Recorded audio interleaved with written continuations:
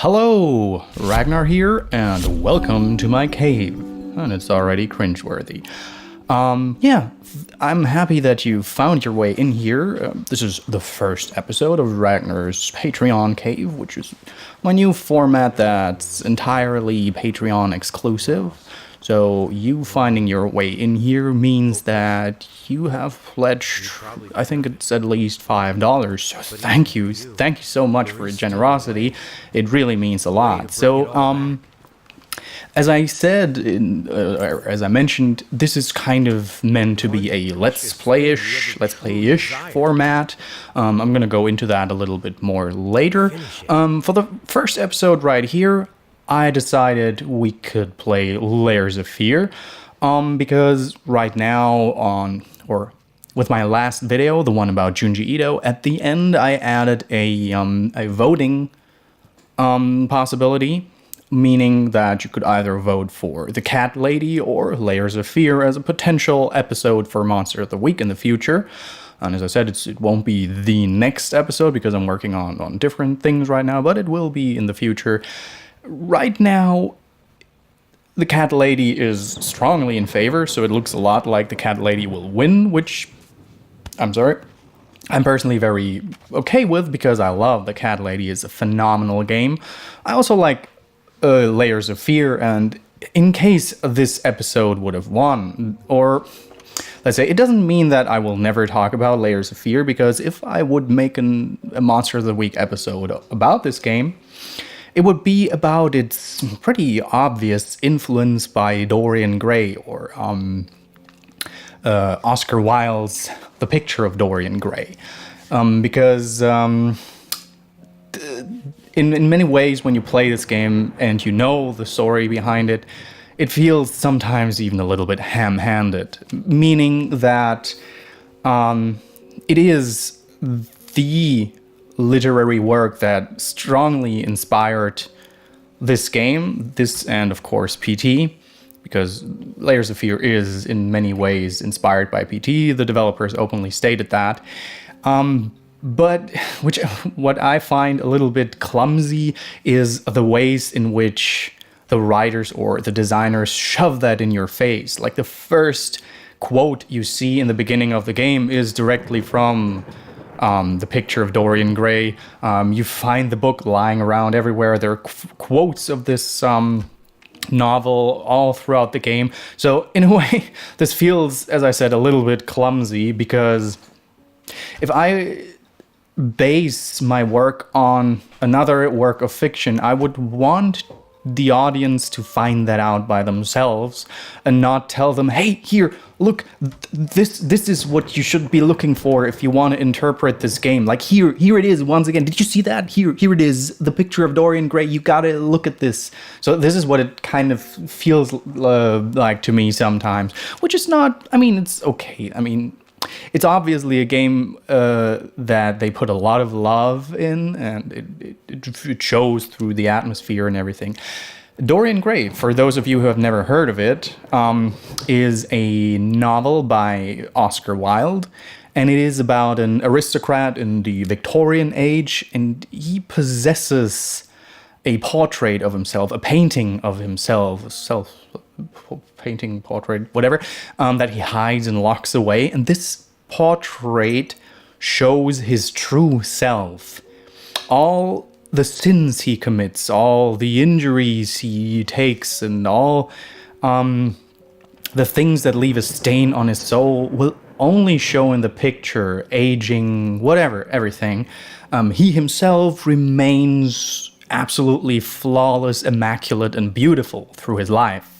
And his life is, because of that, very, very sinful, excessive, filled with narcotics, alcohol, sexual exploits. And this shocked the society at that time when the book was released. The novel was probably the most scandalous publication that had ever seen the light of day at that point in time. So Oscar Wilde defended it a lot, but for the time, for example, the open treatment of debauchery and homosexuality, it often led people to believe that, in many ways, this novel was a way for Oscar Wilde to deal with his own homosexuality and his general promiscuous lifestyle. And that was considered a taboo, an absolute taboo at that time. But let's get back to Layers of Fear. I played it when it was in early access, and I said I liked it back then. As I said, there was a lot of love and care. You can see that developers put into it, and it's very, very atmospheric. I also like the interactivity, as you can see here. You can open almost everything, and it feels like you're really pulling the doors. Like, after a while, it gets a bit stale, but generally, I really like that it's filled with symbolism and a lot of paintings and art that are well renowned and everything.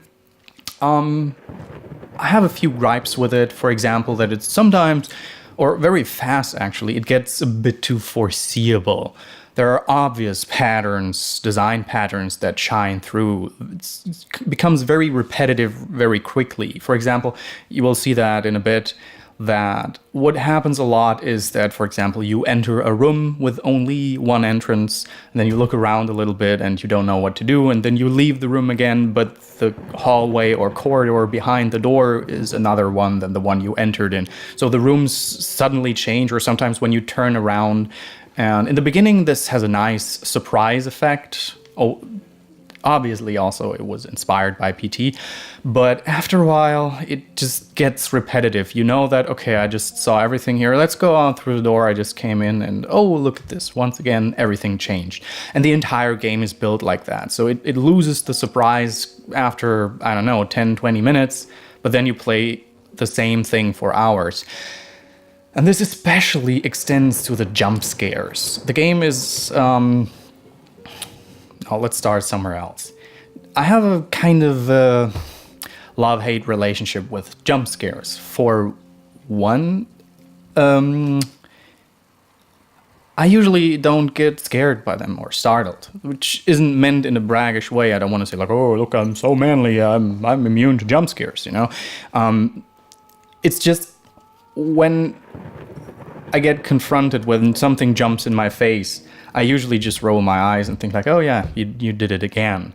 Jump scares, like, they work apparently very well in the modern day and age, where a game is played by lots of YouTube Let's Players, and this is still a pattern. I mean, PewDiePie became very popular through playing games where he was like scared shitless, and I don't think that he's faking that. He's genuinely a person who is easily startled, and I know a few more persons who are like that. So I think it can be pretty exciting when you are like that. And it also makes those games popular. There are so many games on Steam, like small indie titles, where you can obviously see that there was not a lot of work put into, but then there's one like the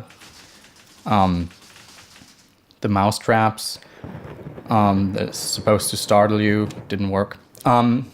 Yeah, there are a lot of cheaply produced games on Steam where you can obviously see there wasn't a lot of work put into it. It's just a small scare fest that's meant to startle you a few times with cheap jump scares. But the shit sells because people on YouTube play it.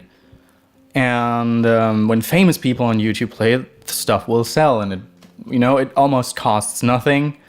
And it turns in a very, generous profit, and in a way that gets stale after a while. Jump scares can be very, very effective, and if they were used sparingly, and especially when they're contextually meaningful.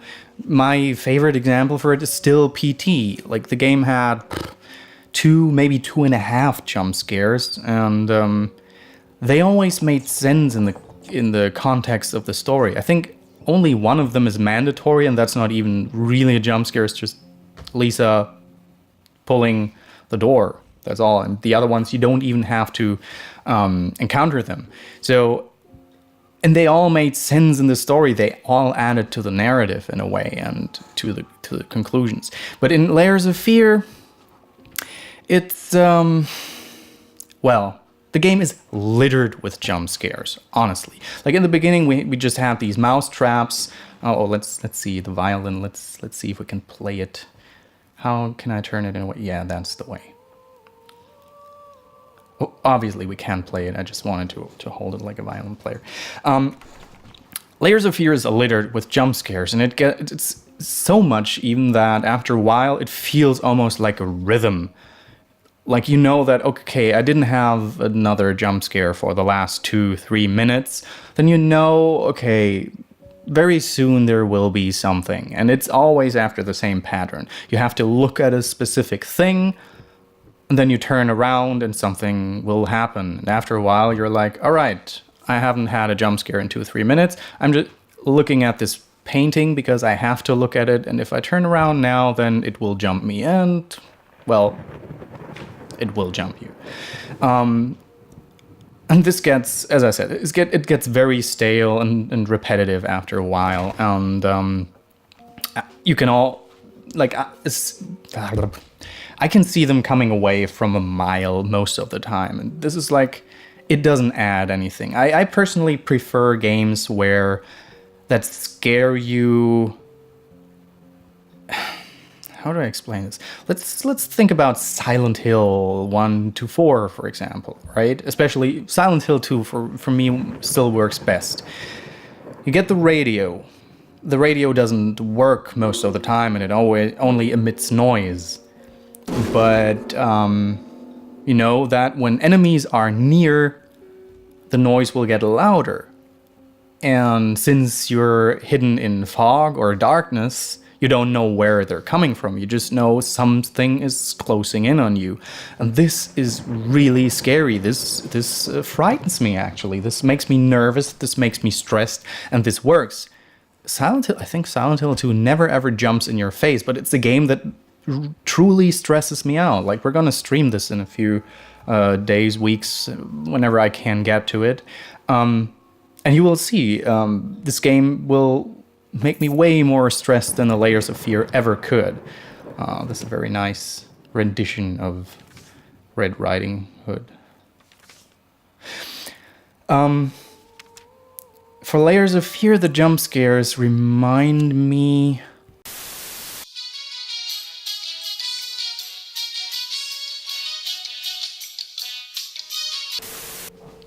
All right, I'm sorry, the movie recording had apparently stopped automatically. So what I was just saying is... Wait, let me just turn that around. See the...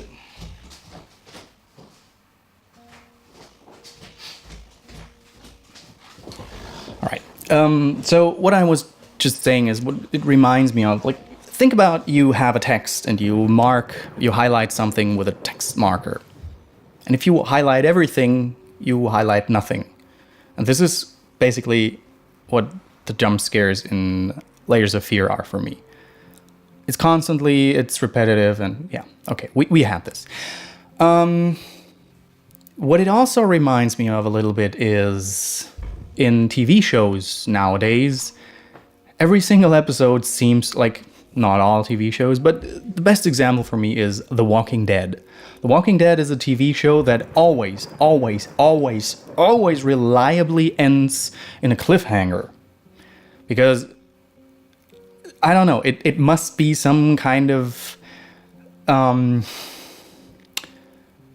It really feels like this is mandatory for the writers to implement a cliffhanger at the end. Because you watch...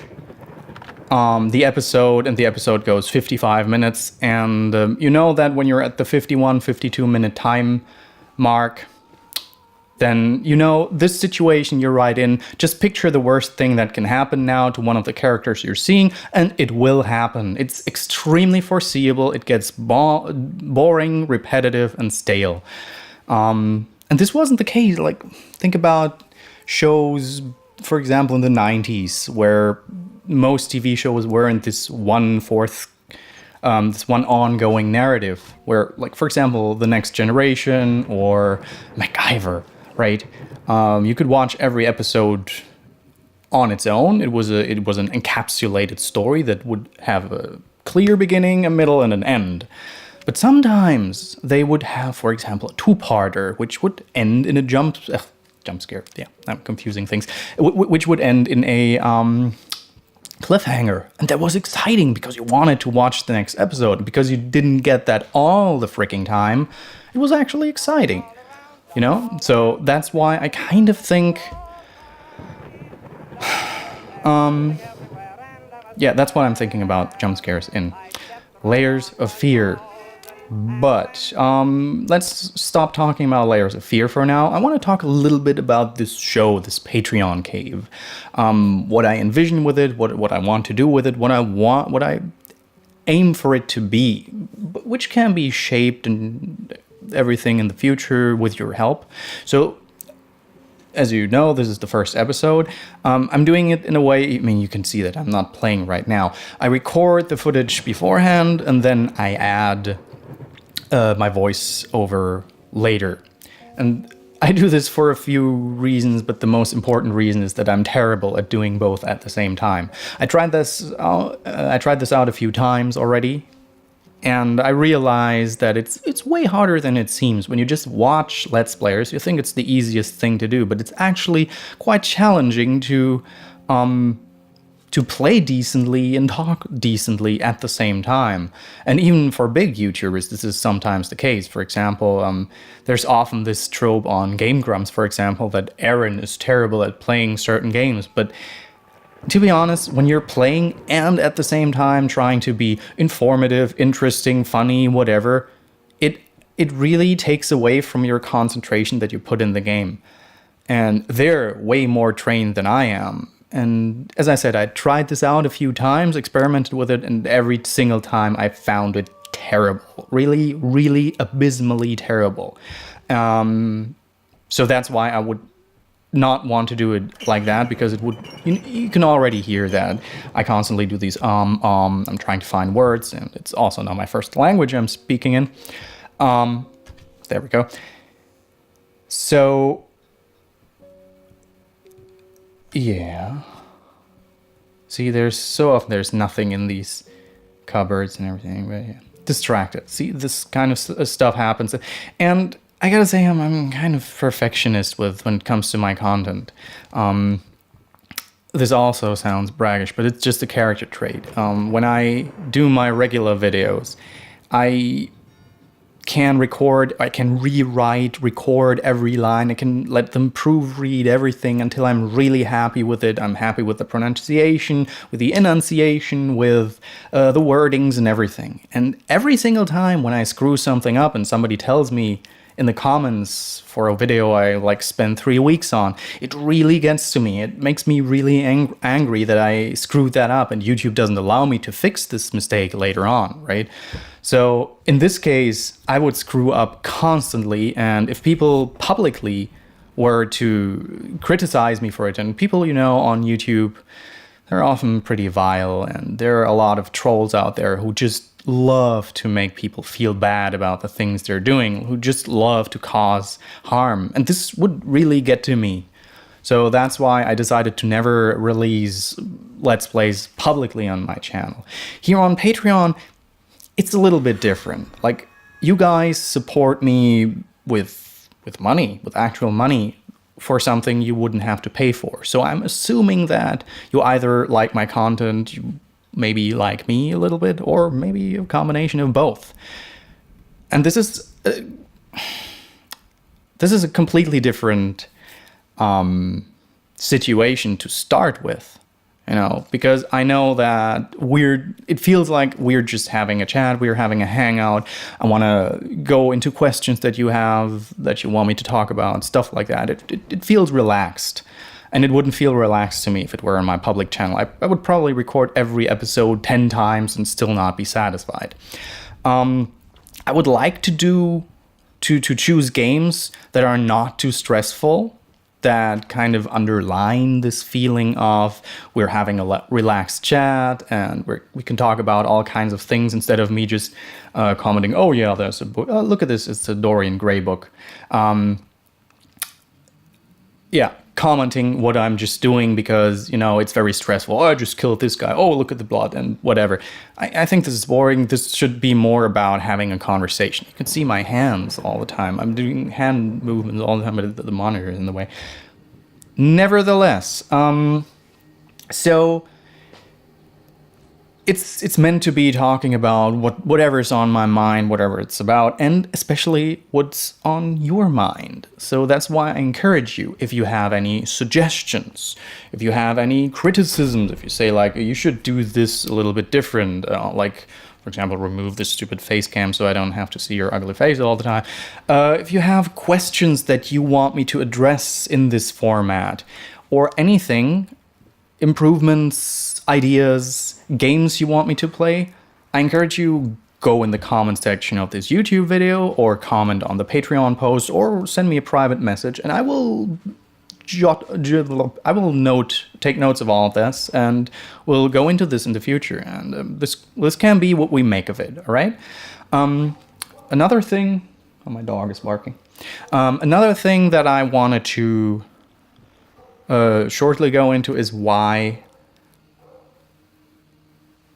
there's another reason why I don't release Let's Plays and the commentary videos, for example, right? You might know them. I did them a few times in the past, and the commentaries basically were consecutive gameplay footage with me talking about a certain topic. I did a rough script beforehand, but not in detail as in my usual videos. So the idea behind it was to be able to talk about a certain topic in a short amount of time. So the commentaries were designed in a way so I can have them finish in one day.